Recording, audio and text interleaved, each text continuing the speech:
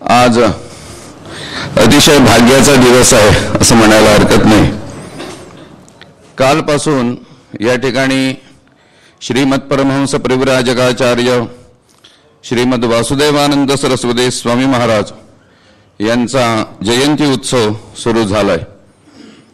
पंचमीला स्वामी महाराजांची जयंती आहे आणि आजपासून वेदाचार्य गुरुवर्य घैसास गुरुजी यांच्या जन्मशताब्दीच्या निमित्ताने ऋग्वेद संहिता स्वाहाकाराचा संकल्पही या ठिकाणी झालाय।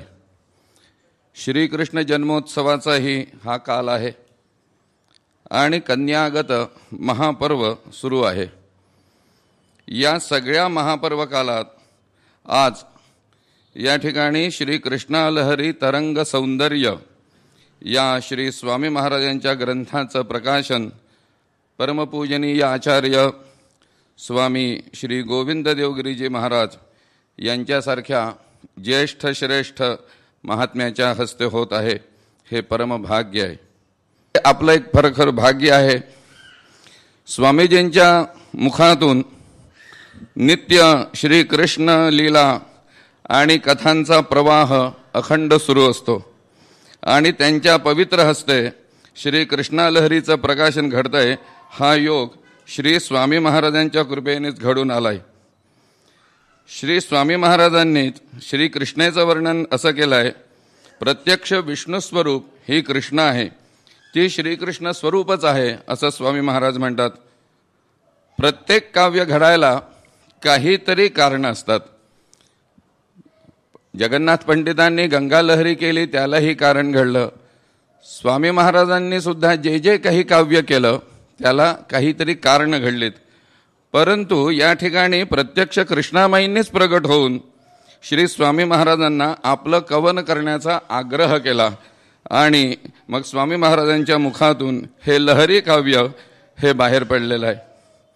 17व्या श्लोकामध्ये श्री महाराज म्हणतात, मुखंते सह्याध सदय हृदयंते नरहरेः पुरेप्यांध्रे नाभिः प्रबदल युगलम प्राच्य विषये अये कृष्णे ते दः प्रथितमिह रूपम मुनिमते नमः श्री कृष्णे ते जय शमित तृष्णे गुरुमते।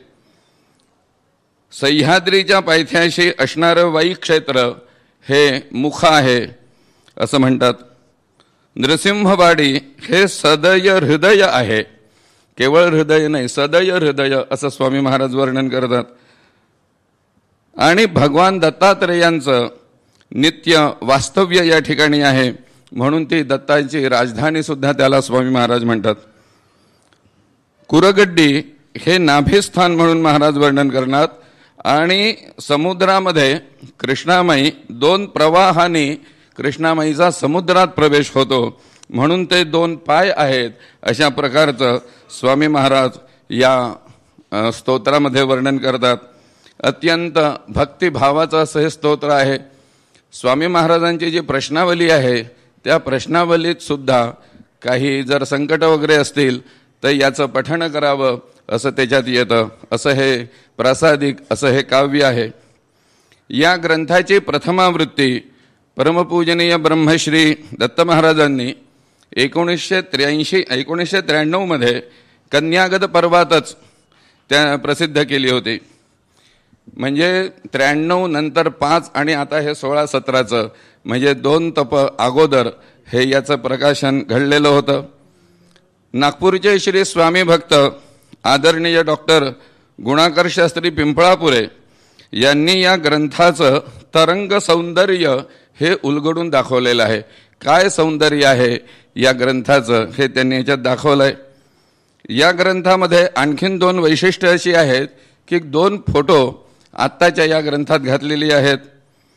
कृष्णवेणीच्या उत्सवामध्ये श्री स्वामी महाराज त्या ठिकाणी उपस्थित आहेत असा एक फोटो आहे आणि परमपूजनीय गुळवणी महाराज हे त्या ठिकाणी असल्याचा असाही एक फोटो आत्ताच्या या ग्रंथामध्ये आहे। तर फार वेळ न घेता, कारण की आपल्याला स्वामी महाराजांचे आशीर्वाद ऐकायचे आहेत, मी स्वामी महाराजांना अशी विनंती करतो की त्यांनी या अलौकिक अशा ग्रंथाचं प्रकाशन आपल्या हस्ते करावं अशी मी त्यांना विनंती करतो।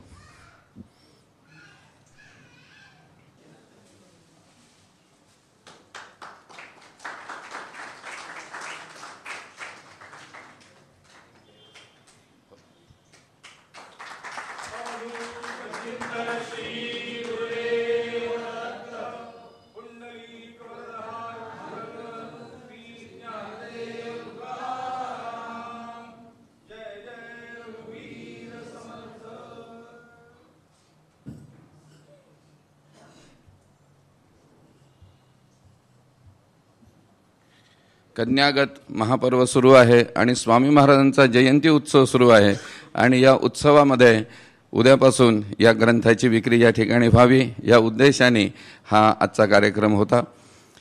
वासुदेव निवासचे प्रधान विश्वस्त आदरणीय शरद भाऊ जोशी महाराज आणि वेद भवनतर्फे वेदमूर्ती मोरेश्वर भट्ट गैसास गुरुजी स्वामी महाराजांचं या ठिकाणी पूजन करतील, त्यांचा सन्मान करतील. ठेवली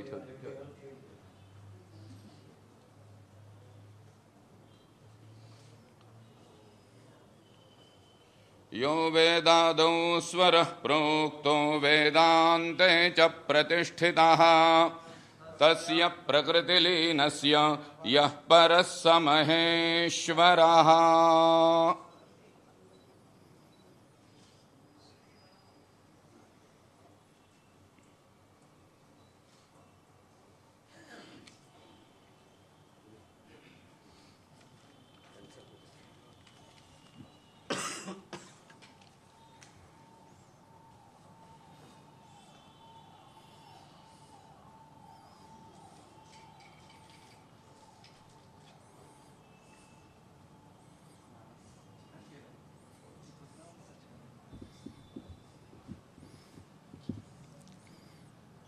परमपूजनीय स्वामी महाराजांना विनंती करतो की त्यांनी आपले आशीर्वाद या ठिकाणी आम्हाला द्यावेत.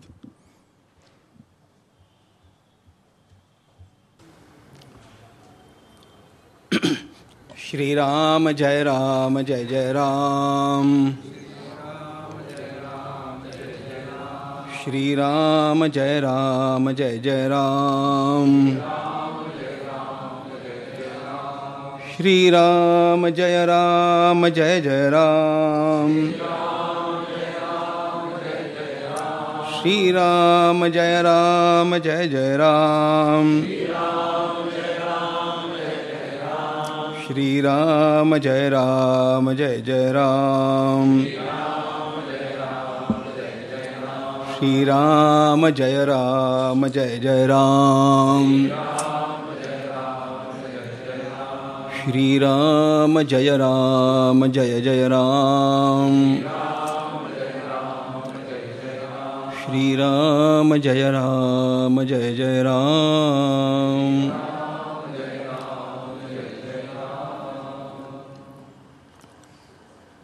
नमामि सद्गुरुं शांतं सच्चिदानंद विग्रहं पूर्ण परानंदम ईशमानंदी वल्लभम प्रपन्न पारिजाताय तोत्रवेत्रैकपाणये ज्ञानमुद्राय कृष्णाय गीतामृतदुहे नमः.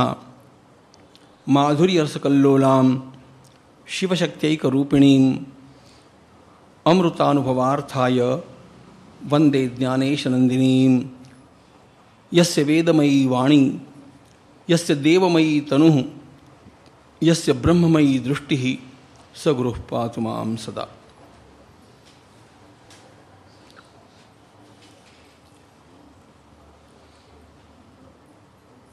सर्वात पहिल्यांदा माझं कर्तव्य म्हणून परमहंस परिव्राजकाचार्य प्रातस्मरणीय पूज्यश्री टेंबेस्वामी महाराज यांच्याकडनं अवतरित झालेल्या या कृष्णालहरीवरती अत्यंत थोर मनीषी डॉक्टर पिंपळापुरे यांनी केलेल्या भाष्याचं आज या अतिशय पवित्र वास्तूमध्ये वासुदेव निवासमध्ये ऋग्वेद स्वाहाकाराच्या स्वस्तिवाचन प्रसंगी प्रकाशन होत आहे याची मी घोषणा करतो.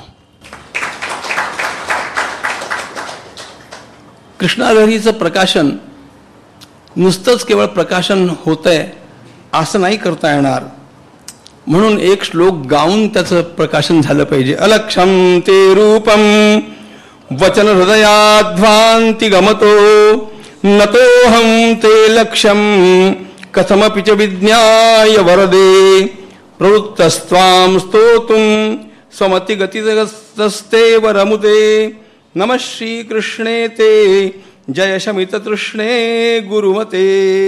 पूज्य स्वामी महाराज की, कृष्णा मैया की। कुठून आरंभ करावा हा मला प्रश्नच आहे.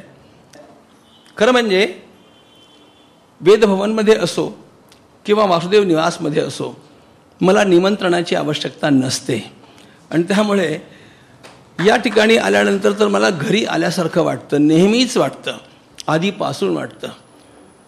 पूज्यश्री कवीश्वर महाराज असल्यापासून वाटतं, त्याच्याही आधी पूज्यश्री गुळवणी महाराज असतानाही हे वाटत होतं. पण त्यानंतरचा जो माझा संपर्क वाढत गेला त्यामुळे ही वास्तू मला कधी वेगळी वाटली नाही आणि इथे आल्यानंतर जे जाणवतं ते जाणवण्यासारखी स्थानं आपल्या देशामध्ये फार कमी आहेत अशा प्रकारची माझी भावना आहे. इतकं तप या ठिकाणी घडलं, इतक्या पवित्र नामानं हे स्थान मंडित आहे आणि त्यामुळे इथे येणं जाणं हा काही औपचारिकपणाचा भाग माझ्याकरता नाही. तरी पण आज मला ज्या निमित्तानं या ठिकाणी यायला मिळालं ते बघता मी आज आलो नसतो तर करंटा ठरलो असतो असं खरोखर मला मनापासून वाटतं. याचं कारण कन्यागताच्या या आरंभ काळामध्ये प्रत्यक्ष कृष्णेचं स्नान मला केव्हा होईल तेव्हा होईल, पण कृष्णालहरीच्या प्रकाशनाच्या कार्यक्रमातलं स्नान तर मला करता येईल या निमित्तानं फार मोठी आनंदाची पर्वणी मला प्राप्त झालेली आहे. ज्या थोर विभूतीचं हे कार्य आहे त्या विभूतीची गणना मी जेव्हा करू लागतो तेव्हा मला माझं श्रद्धास्थान, माझं सर्वोच्च श्रद्धास्थान संत श्री गुलाबराव महाराज आहेत. पण गुलाबराव महाराजांचं श्रद्धास्थान पूज्य स्वामीजी महाराज आहेत आणि त्यामुळे माझ्या श्रद्धास्थानाचं श्रद्धास्थान असल्यामुळे ते मला आद्य पूज्य आहेत. खरं म्हणजे या कृष्णालहरीचा माझा आजचा परिचय नाही.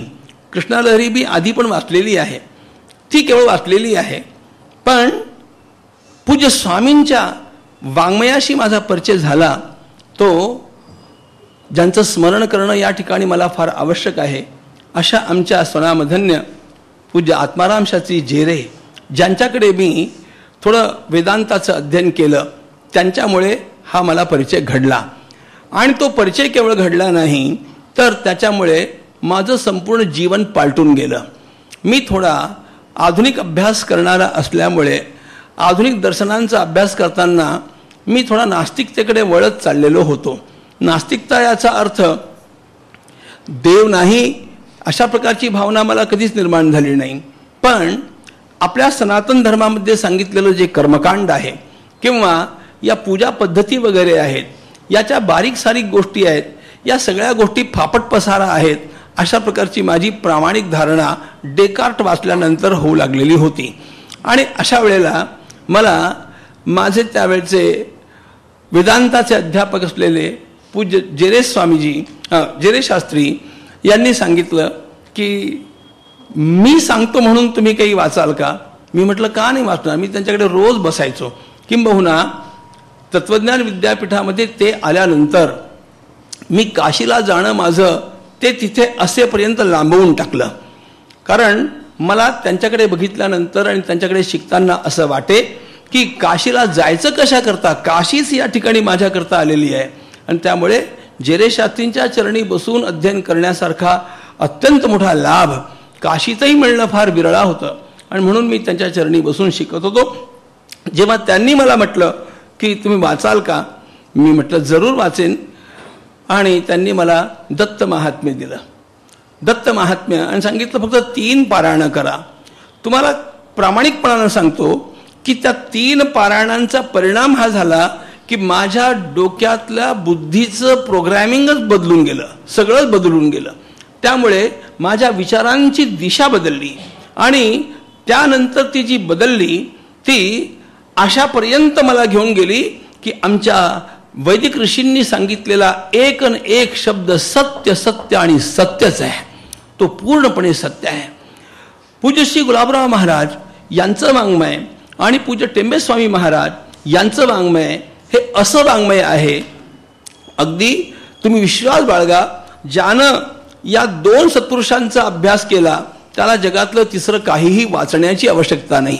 वेदांच्यापासनं गीतेपर्यंतही काही वाचण्याची आवश्यकता नाही, इतकं सगळं त्यांनी सांगून ठेवलेलं आहे.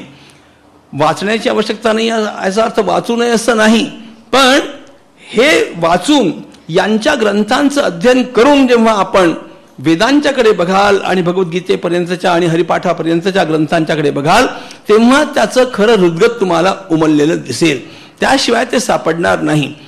अशा प्रकारच्या या थोर सत्पुरुषांच्या मुखातनं जे जे काही निघालं ते मंत्रमयच आहे. आणि या दोन्ही सत्पुरुषांच्या मध्ये डॉक्टर पिंपळापुरे यांनी सांगितल्याप्रमाणे खरोखर तीन गोष्टी तर इतक्या बहारदार एक साम्याच्या आहेत. पहिली गोष्ट, या दोघांचा भगवान आदिशंकराचार्यांच्या म्हणजे वैदिक परंपरेच्या अद्वैतावर पूर्ण विश्वास, पूर्ण निष्ठा होती. दुसरी गोष्ट, हे दोघे पण ज्ञानोत्तर भक्तीचं प्रतिपादन करणारे महात्मे आहेत. आणि तिसरी गोष्ट, हरिहरांचं अद्वैत या दोघांच्या प्रतिपादनातनं सातत्यानं आपल्याला बघायला मिळतं. पूज्य टेंबेस्वामी महाराजांच्या ग्रंथांच्या बद्दल बोलताना पुणे विद्यापीठाच्या परिसंवादामध्ये मी जे सांगितलं होतं त्याचा पुन्हा उच्चार करतो. भगवान आदिशंकराचार्यांच्या पश्चात अशा प्रकारचं वाङ्मय अन्य कुणाचं झाल्याचं आपणाला आढळत नाही. अशा प्रकारचं पंडित प्राण पूज्य राजेश्वर शास्त्री द्रविडांनी म्हटल्यानंतर अन्य कोणी काही म्हणण्याची आवश्यकता नाही.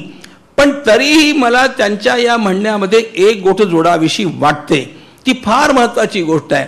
आणि ती म्हणजे बाकी सगळं वाङ्मय जरी आचार्यांच्या प्रमाणे स्वामींचं असलं तरी पण आचार्यांनी कुठलं पुराण लिहिलं नाही, हे लक्षात घ्या. आणि आचार्यांचं स्तोत्र वाङ्मय ते फार बहारदार जरी असलं तरी मंत्रगर्भ स्तोत्र ही फक्त स्वामींनी लिहिलीत आणि त्यामुळे स्तोत्र वाङ्मयामध्ये स्वामींचा हात कुणी धरू शकत नाही. किंबहुना त्यांच्या पाठोपाठ चालण्याचंही सुद्धा आपल्या मनात कोणी आणू शकत नाही. अशा प्रकारे ही वेदतुल्य वाणी आहे. अर्थात स्वामींनी स्वतःकडे लीनता घेऊन जरी असं म्हटलं की हे शब्द हे मानुष शब्द असल्यामुळे त्यांचा स्वाहाकार होऊ नये किंवा त्यांना श्रुतीची श्रेष्ठता प्राप्त होऊ शकत नाही, असं जरी स्वामींनी म्हटलेलं असलं तरी पण प्रत्यक्ष दत्तप्रभूंनी दृष्टांत देऊन वारंवार सांगितलं की स्वामींचे ग्रंथ हे मंत्रमय आहेत आणि ते श्रुतीसारखे ग्रंथ आहेत. आणि त्यामुळे या ग्रंथांचं महात्म्य काय आहे, याची थोरवी काय आहे, हे आपल्या लक्षात यावं. आपण खरोखर भाग्यवान आहोत की आपणाला सर्वांना हे ग्रंथ उपलब्ध होतात. आणि ही सगळी कृपा वासुदेव निवासची कृपा आहे. कारण पिंपळापुरेंची प्रस्तावना बघत असताना मला एक गोष्ट लक्षात आली. त्यांचा माझा परिचय होता, फार चांगला परिचय होता. त्यांना सुद्धा त्यांचे पितृचरण हे स्वामींचे अनुग्रहित असताना सुद्धा त्यांना त्यांच्या बालपणी स्वामींचे ग्रंथ वाचायला नाही मिळाले. त्यांना ते वाचायला फार उशिरा मिळाले. आपण भाग्यवान असे आहोत की आपल्याला हे ग्रंथ उपलब्ध आहेत. गंमत फक्त इतकीच आहे की त्यांना ते उशिरा मिळाले पण त्यांनी ते पूर्णपणे वाचले आणि आत्मसात करण्याचा प्रयत्न केला. आपणाला ते लवकर मिळाले, सुलभ झाले, वासुदेव निवासनं ते सुलभ करून दिलेत. आपण त्याचा किती लाभ घेतो याचा विचार आपण आपल्या प्रत्येकानं आपल्या अंतःकरणाशी करायला हवा. अशा प्रकारचं हे मंत्रगर्भ वाङ्मय आणि त्यातनं साकारलेली ही कृष्णालहरी, ही कृष्णालहरी इतकी विलक्षण आहे. आपण जेव्हा ती वाचू लागतो सगळ्या प्रकारच्या कामना पूर्ण करण्याची शक्ती तर त्यामध्ये आहेच, पण त्यातला गोडवा हा आहे. आता आर्वीकर शास्त्रींनी सांगितल्याप्रमाणे स्वामींच्या जीवनामध्ये एक गोष्ट दिसते. खरं म्हणजे स्वामी दत्तभक्त नव्हते.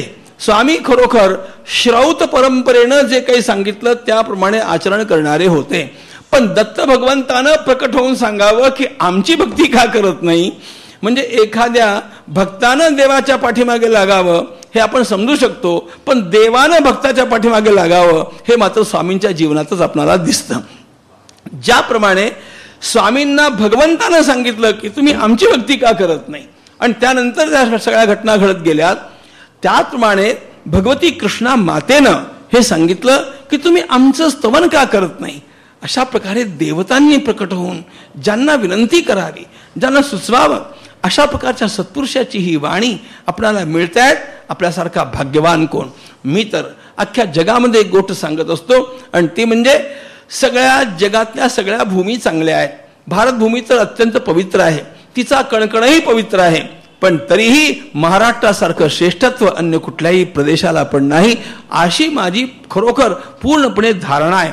आणि मराठी भाषिकांना जे लाभलं ते अन्य लोकांना लाभलेलं नाही, हा माझा विश्वास आहे, जो मी स्वतः सिद्ध करून दाखवू शकेन. अशा प्रकारचं हे अत्यंत प्रगल्भ वाङ्मय. त्या भगवती कृष्णेची स्तुती करताना पूज्य स्वामींनी फार गंमत केली. खरं म्हणजे सगळ्या नद्या आपणाला पवित्रच असतात, श्रेष्ठच आहेत, तरी पण गंगा मातेचं महात्म्य सर्वोपरी आहे. गंगा मातेची सर कोणालाही येत नाही.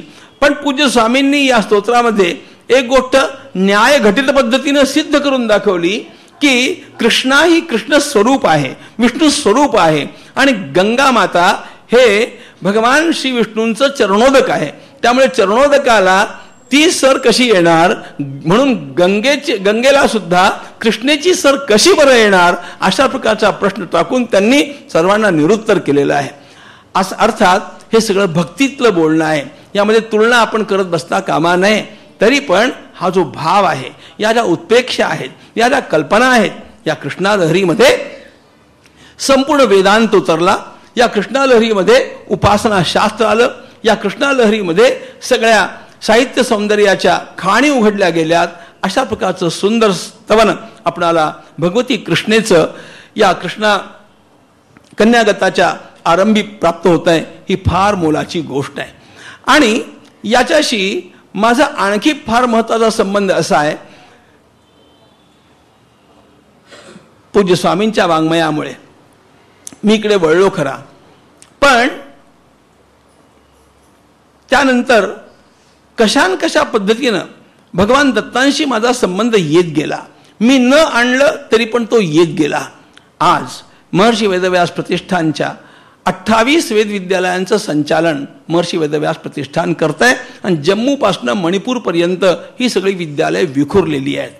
पण या सर्वांचा आरंभ कुठे झाला? 26 वर्षापूर्वी याच भगवती कृष्णेच्या नाभिस्थानामध्ये कुरवपूर या ठिकाणी कुरगुड्डीमध्ये मी ध्यानाला बसलेलो असताना त्या ठिकाणी मला महर्षी वेदव्यास प्रतिष्ठानच्या स्थापनेची आज्ञाच झाली. ही दत्तप्रभूंची आज्ञा आहे. दत्तप्रभूंच्या आज्ञेनं हे सगळं काम झालं. आणि म्हणून या भगवती कृष्णेशी, या दत्त उपासनेशी आणि या संपूर्ण वेद निष्ठेशी मी कायमचा जोडला गेलो. हे माझं भाग्य आहे. पण याचं अधिष्ठान भगवान दत्तात्रेयांची कृपा, याचं अधिष्ठान साक्षात भगवती कृष्णा मातेचं नाभिस्थान कुरवपूर म्हणजे कुरगुड्डी हे स्थान आहे. आणि याच प्रवाहामध्ये आणखी महत्त्वाची गोष्ट म्हणजे जे आज प्रकाशन होत आहे ते प्रकाशन या ठिकाणी आपण ऋग्वेद स्वाहाकार करणार आहात. ऋग्वेद स्वाहाकाराच्या आरंभाला हे प्रकाशन घडत आहे आणि मला दर्शनाकरता या ठिकाणी येण्याची संधी मिळालेली आहे. मी अत्यंत मनोभावे अभिनंदन करतो आमच्या वेदमूर्ती मोरेश्वर शास्त्रींचं की त्यांनी आपल्या पितृचरणांना जशा प्रकारची श्रद्धांजली त्यांच्या शताब्दी वर्षामध्ये व्हायला हवी तशा प्रकारची वाहिलेली आहे. 108 ऋग्वेद स्वाहाकार करणं आणि ते देशातल्या विभिन्न ठिकाणी जाऊन करणं ही काही सामान्य गोष्ट नाही. एक स्वाहाकार करायचा म्हणजे त्याला किती उपद्व्याप असतो आणि किती किती गोष्टींची जुळवाजुळव करावी लागते. असं सगळं आपल्या सर्वांना ठाऊक असताना सुद्धा आसे तो हिमाचल 108 स्वाहाकार करण्याचा हा संकल्प हा फार थोर संकल्प आहे. आपण श्रुती माऊलीची जी सेवा करत आहात त्याबद्दल हा सगळा समाज आपला ऋणी राहील आणि यानं आपल्या पितृचरणांची पूर्ण तृप्ती होईल याच्याबद्दल मला शंका अजिबात नाही आहे. ज्या थोर व्यक्तीच्या शताब्दीच्या निमित्तानं हे सगळं कार्य चाललेलं आहे त्यांनी आपल्या विद्येनं आणि आपल्या तपानं एक मोठा आदर्श ब्राह्मण्याचा सर्वांच्या पुढे उभा केला. ब्राह्मण्य हे 2 गोष्टींच्या वरती अवलंबून असतं आणि त्या 2 गोष्टी म्हणजे एक विद्या आणि दुसरं तप. पूज्य गैसा शास्त्रींच्या मध्ये या दोन्ही गोष्टी पूर्णत्वानं होत्या. त्यांची विद्या त्याबद्दल कोण काय बोलणार, आणि त्यांचं तपाचरण ही पण फार विलक्षण गोष्ट आहे. आणि त्यामुळे या विद्या आणि तप या दोन्ही गोष्टी ज्यांच्या जीवनामध्ये समूर्त झालेल्या आपणाला आपल्या आधुनिक काळामध्ये आत्ता दिसतात. फार प्राचीन काळच्या गोष्टी सांगितल्यानंतर लोकांना तितकी श्रद्धा बसत नाही, पण आधुनिक काळातल्या झालेल्या तपस्व्यांच्या दर्शनानं आणि त्यांच्या सन्निकट प्रेरणेमुळे आपल्याही मनामध्ये तशा प्रकारचे भाव उचंबळून येतात. आणि म्हणून अशा प्रकारच्या एका थोर सत्पुरुषाच्या पुण्यस्मृतीच्या निमित्त आयोजित झालेल्या या ऋग्वेद सहाकाराच्या आरंभकाळी इतका सुंदर सोहळा या ठिकाणी करण्याकरता मला येता आलं. यामुळे आपणाला काय वाटत असेल ते वाटो, पण मला मात्र मी स्वतः फार भाग्यवान आहे असंच या ठिकाणी येऊन वाटतं आणि त्याबद्दल मी आपला सर्वांचा फार फार आभारी आहे. या भगवती कृष्णा मातेच्या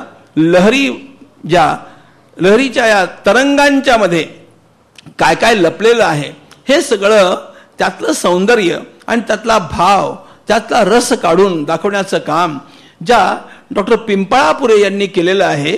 ते डॉक्टर पिंपळापुरे सुद्धा असामान्य अशा प्रकारचे एक विद्वान होते. अत्यंत असामान्य ते होते. त्यांचे स्वतःचे लेख मी फार आधीपासनं प्रज्ञालोकमध्ये वाचित असे. प्रज्ञालोकमध्ये त्यांचे लेख वाचत असताना मला सारखं जाणवे की इतकं चांगलं करेक्ट इंट्युशन असलेली ही व्यक्ती कोण आहे. असं असतं, काही गोष्टी व्याकरणाच्या बळावरती वाचणं आणि कोशाच्या बळावरती वाचणं हा भाग वेगळा. कोश आणि व्याकरण यांच्या बळावरती शास्त्र आपलं स्वरूप उलगडून दाखवत नाहीत. त्यातलं खरं मथित असेल ते बाहेर येत नाही. ते बाहेर कोणाकरता येतं? आमच्या श्रुती माऊलींना हे सांगून ठेवलं, यस्य देवे पराभक्ती यथा देवे तथा गुरौ तस्यैते कथिता ह्यर्था प्रकाशन्ते महात्मनाम. ज्याची भगवंताची भक्ती अक्षुण्ण असते आणि ज्याची भगवंताप्रमाणेच आपल्या सद्गुरूंच्या वरती अपार भक्ती असते, त्याला आपले हे वेदमंत्र स्वतःचं हृदय स्वतः होऊन उलगडून दाखवतात. त्याला ही विद्या आपोआप स्वतःचं रहस्य काय आहे याचा परिचय करून देते. अशा प्रकारची भक्ती ज्यांच्यामध्ये, अत्यंत थोर वैदुष्य ज्यांच्यामध्ये, वागण्याची लीनता ज्यांच्यामध्ये आणि खरोखर सगळ्या प्रकारचं पांडित्य ज्यांच्यामध्ये भरलेलं होतं, अशा प्रकारच्या डॉक्टर पिंपळापुरे यांनी याचा जो रसास्वाद आपल्यासमोर ठेवलेला आहे, सगळं हृदगत जे आपल्यासमोर मांडून दाखवलं आहे, ते केवळ अपूर्व अशा प्रकारचं आहे. म्हणून खरे भाग्यवान ते लोक ज्यांच्या प्रत्येकाच्या घरामध्ये ही कृष्णालहरी असणार आहे.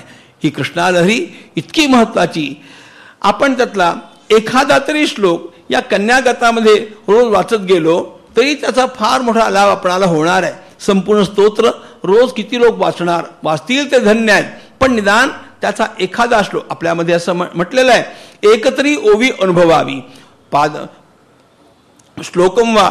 एखादा श्लोक श्रीमद भागवताच्या महात्म्यामध्ये म्हटलं गेलं की श्लोकार्धम श्लोक पादम वा. एखादा श्लोक वाचावा, श्लोकार्ध वाचावा, श्लोकाचा एक चरण तरी वाचावा, पण काहीतरी वाचावं. महाभारतात असं म्हटलं गेलं की न तू निर्भारतो भवेत. महाभारताचं काहीच वाचलं नाही असं आपल्या आयुष्यामधला एकही दिवस जाता कामा नये. लोकमान्यांची महती ही आहे की रोज ते महाभारतातलं किंवा ऋग्वेदातलं काहीतरी वाचल्याशिवाय जेवत नसत, आणि त्यामुळे रोजच्या या वाचनामध्ये आपोआप तप साकारतं आणि हे तप फार महत्त्वाचं तप ठरणार आहे.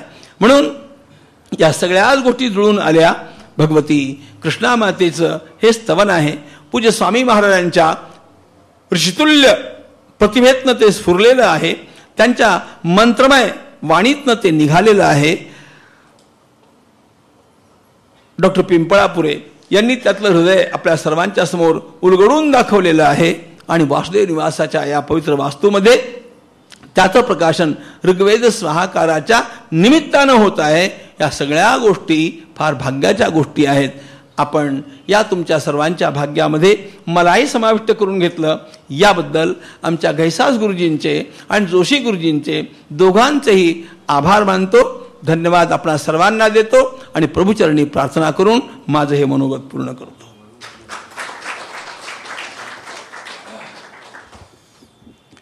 अतिशय व्यस्त कार्यक्रमातून स्वामीजी आज या ठिकाणी आलेत. वेदभवन आणि वासुदेव निवासतर्फे मी कृतज्ञता व्यक्त करतो. आणि आज खरोखरच एक योगायोग कसा आहे, स्वामी महाराज हे हरिद्वारचे आहेत. हरिद्वारचे म्हणण्याचा अर्थ चतुर्थाश्रम हरिद्वारचा आहे आणि गंगाकाठी नित्य त्यांचं वास्तव्य असतं. म्हणजेच प्रत्यक्ष गंगा ही कृष्णेला भेटायला आज इथे आली असं म्हणायला हरकत नाही. आणि गंगा आणि कृष्णेचं वाङ्मय स्नान हे आपल्याला आज या ठिकाणी घडलंय. मी आपल्या सर्वांच्या वतीने त्यांच्या ठिकाणी नतमस्तक होतो, त्यांच्याबद्दल कृतज्ञता व्यक्त करतो. यानंतर या ठिकाणी पंडित विजय कोपरकर यांचं या ठिकाणी गायन या ठिकाणी होणार आहे. आपण याच ठिकाणी बसावं. स्वामीजी या ठिकाणाहून प्रस्थान करतील.